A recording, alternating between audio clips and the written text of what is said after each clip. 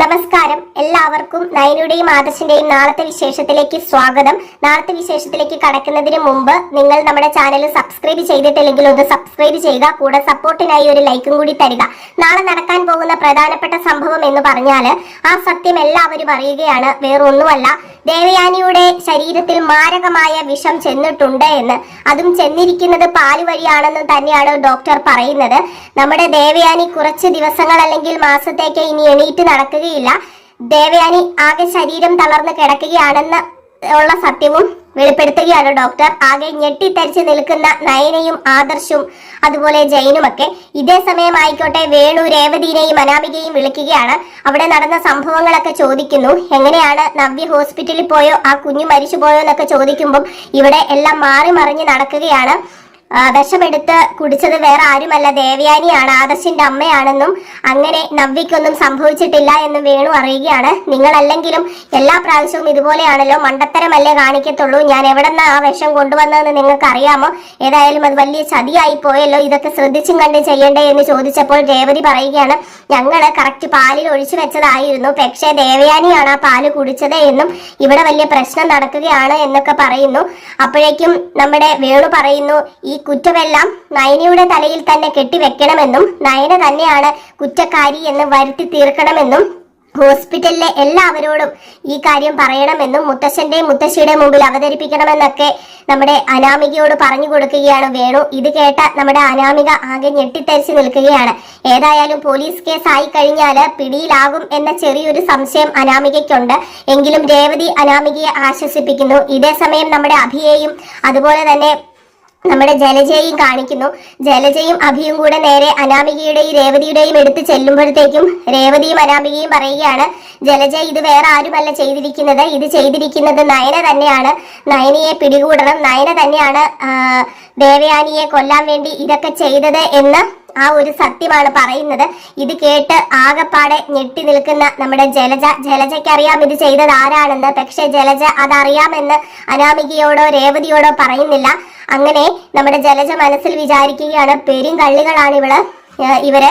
മിക്കവാറും നയനിയുടെയും നവ്യയുടെയും വീട്ടുകാരെക്കാളൊക്കെ കുറച്ചും കൂടി കൊള്ളരുതാത്തതും അതുപോലെ തന്നെ ഒട്ടും സ്വത്തും പണവും ഒന്നും ഇല്ലാത്തത് ഇവർക്ക് തന്നെയാണ്. ഇവരിവിടെ പിടിച്ചു നിൽക്കാൻ വേണ്ടി പല കാര്യങ്ങൾ കണ്ടെത്തുന്നത് തന്നെയാണെന്ന് ജലജയ്ക്ക് ഏകദേശം കാര്യങ്ങളൊക്കെ പിടികിട്ടുന്നു. ജലജ ഇത് അഭിയോട് പറയുകയാണ്, ദരിദ്രം പിടിച്ച ഒരു കുടുംബത്തിൽ പെട്ടതാണ് ഈ അനാമിക എന്ന് പറയുന്നവളും രേവതിയുമൊക്കെ. അവരെങ്ങനെയെങ്കിലും സ്വത്തുക്കൾ കയ്യിലാക്കാൻ വേണ്ടിയാണ് ഇതൊക്കെ ചെയ്തു കൂട്ടുന്നത് എന്ന് നമുക്ക്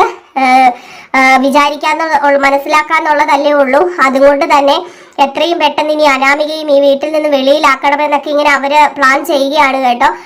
ആ ഒരു സമയത്താണ് പോലീസ് കേസ് കൊടുക്കണമെന്ന് പറഞ്ഞ് ഡോക്ടർ പറയുന്നത്. മാരകമായ വിഷം അകത്ത് ചെന്നിരിക്കുന്നത് ആ സ്ത്രീ തന്നെ കുടിച്ചിട്ടാണോ അതോ ഇനിയിപ്പം ആരെങ്കിലും കൊടുത്തതാണോ എന്നറിയില്ലല്ലോ എന്നൊക്കെ ഇങ്ങനെ പറയുന്നു. അങ്ങനെ പോലീസ് കേസുമായിട്ട് ഹോസ്പിറ്റലുകാർ മുന്നോട്ട് പോകണമെന്ന് ആവശ്യപ്പെടുമ്പോൾ ആദർശം ജയനും പറയുകയാണ്, ദേവി ഇത് നിങ്ങൾ പോലീസ് കേസാക്കരുത്, ഇത് ഞങ്ങളുടെ കുടുംബത്തിലെ വിഷയമാണെങ്കിൽ ഇത് ഞങ്ങളുടെ കുടുംബത്തിൽ തന്നെ പറഞ്ഞു തീർത്തോളാം, അതുകൊണ്ട് ഇത് പോലീസ് കേസ് ആക്കണ്ടെന്ന് പറയുന്നു. അങ്ങനെ ആദർശം ഭയങ്കര വിഷമത്തോടെ ഇരിക്കുമ്പോൾ നയന വന്ന് ആദർശിനെ സമാധാനിപ്പിക്കുകയാണ്.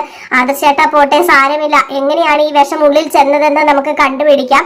അപ്പോഴത്തേക്കും തന്നെ നമ്മുടെ നയന പറയുന്നുണ്ട്, ഇത് എന്റെ പേരിൽ തന്നെ വരത്തുള്ളൂ, ഞാനാണല്ലോ ആ പാലെടുത്ത് ഒഴിച്ചവിടെ വെച്ചത്, അതിനിടയിൽ എന്തൊക്കെയോ സംഭവിച്ചിട്ടുണ്ട്, എന്തൊക്കെയോ മാറി മറിഞ്ഞിട്ടുണ്ട്, എനിക്ക് ഉറപ്പാണ് ആരോ അതിൽ വിഷം കലർത്തിയിട്ടുണ്ട്, പാലിൽ തന്നെയാണ് വിഷം കലർത്തിയതെന്ന് ഡോക്ടർ പറഞ്ഞത് കൊണ്ട് തന്നെ അതിൽ ആരോ വിഷം കലർത്തിയിട്ടുണ്ട്, ഒരിക്കലും ഞാനല്ല ആദർശേട്ടാന്ന് പറയുമ്പോൾ ആദർശ് പറയുകയാണ്, എനിക്കറിയാം നയനെ നീയല്ലെന്ന്, പക്ഷെ ഇതിന് പിന്നിൽ ആരാണെന്ന് നമുക്ക് തെളിയിക്കുക തന്നെ ചെയ്യണം.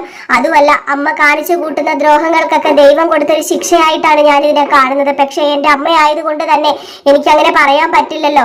അമ്മ എന്ത് അറിവില്ലായ്മ ചെയ്തിട്ടുണ്ടെങ്കിലും എന്റെ അയ്യപ്പസ്വാമി അത് ക്ഷമിക്കണം. എന്റെ അമ്മ ഒരു തെറ്റും ചെയ്യുന്നവളല്ല. എന്റെ അമ്മയെ നീ കാത്തുകൊള്ളണം അയ്യപ്പസ്വാമി. ഞാൻ അങ്ങോട്ടേക്ക് വരാൻ പോവുകയല്ലേ, 41 ദിവസത്തെ കഠിന വ്രതം എടുത്ത് ഞാൻ വരുമ്പോഴേക്കും എന്റെ അമ്മയുടെ ജീവനും ജീവിതവും ഒക്കെ എനിക്ക് തിരിച്ചു പിടിക്കണം. അങ്ങനെ നയനിയുടെ തോളിലേക്ക് ചാരിക്കിടന്ന ആദർശ പൊട്ടിക്കരയുകയാണ്. ലാസ്റ്റ് ഇവര് അനാമികയല്ല സോറി ദേവയാനിനെ കാണാനായിട്ട് അകത്തേക്ക് കയറി ചെല്ലുകയാണ്. അകത്തേക്ക് കയറി ചെല്ലുമ്പോൾ ഒരു ചലനശേഷി പോലും ഇല്ലാതെ കിടക്കുന്ന ദേവയാനിയാണ് കാണിക്കുന്നത്. ദേവയാനിക്ക് സംസാരിക്കാനോ അല്ലെങ്കിൽ ഒന്ന് ചലിക്കാനോ ഒന്നും സാധിക്കുന്നില്ല. അങ്ങനെ ഡോക്ടർ പറയുകയാണ് ഈ കിടപ്പ് ചിലപ്പം കുറച്ച് ദിവസത്തേക്ക് അല്ലെങ്കിൽ കുറച്ച് നാളത്തേക്ക് അല്ലെങ്കിൽ കുറച്ച് വർഷത്തേക്ക് കിടന്നേക്കുമെന്ന്. ഇതുകൂടി കേട്ട് കഴിയുമ്പോൾ ആദർശിന്റെ ആ ഒരു നില വല്ലാതെ അങ്ങ് മാറിപ്പോവുകയാണ് കേട്ടോ. ആദർശ് പറയുക, എന്താ അമ്മേ കണ്ണു തുറക്കമ്മേ, അമ്മേനെ ഒരു നോക്ക് കാണാൻ വേണ്ടി ഈ മകൻ വന്ന് നിൽക്കുന്നത്, എന്താ അമ്മേ സംഭവിച്ചത്, അമ്മ തന്നെ വിഷം കഴിച്ചതാണോ അമ്മേ എന്നൊക്കെ ചോദിക്കുന്നു. ഏതായാലും ഈ സമയത്തൊക്കെ നമ്മുടെ രേവതിയും അതുപോലെ തന്നെ അനാമികയും ആകാംക്ഷയുടെ മുൾമുനയിൽ തന്നെയാണുള്ളത്. ഇനി ഇവരുടെ തലയിൽ ഇതാകുമോ അതോ നയനിയുടെ തലയിൽ കെട്ടിവെക്കാൻ പറ്റുമോ, പോലീസിൽ ഇവർ കേസ് കൊടുക്കുമോ എന്നൊന്നും അറിയത്തില്ല. അപ്പൊ ആകെപ്പാടെ പെട്ടു നിൽക്കുന്ന ഒരു അവസ്ഥ തന്നെയാണ്. മുത്തശ്ശനും മുത്തശ്ശിയും ഇത് അറിയുമ്പോൾ എന്തായിരിക്കും നടക്കാൻ പോവുക എന്നൊക്കെ നമുക്ക് കാത്തിരുന്ന് തന്നെ കാണാം. ഏകദേശം ഇതൊക്കെയാണ് നാളെ നമ്മൾ കാണാൻ പോകുന്നത്. അപ്പൊ നാളത്തെ ഫുൾ വിശേഷവുമായിട്ട് നമ്മൾ വരുന്നതായിരിക്കും. എല്ലാവരുടെയും സ്നേഹവും സപ്പോർട്ടും ഒക്കെ വേണം. എല്ലാവരും സപ്പോർട്ട് ചെയ്യുക. അപ്പൊ അടുത്ത വിശേഷവുമായിട്ട് വരാം. അതുവരെ എല്ലാവർക്കും ഗുഡ് ബൈ.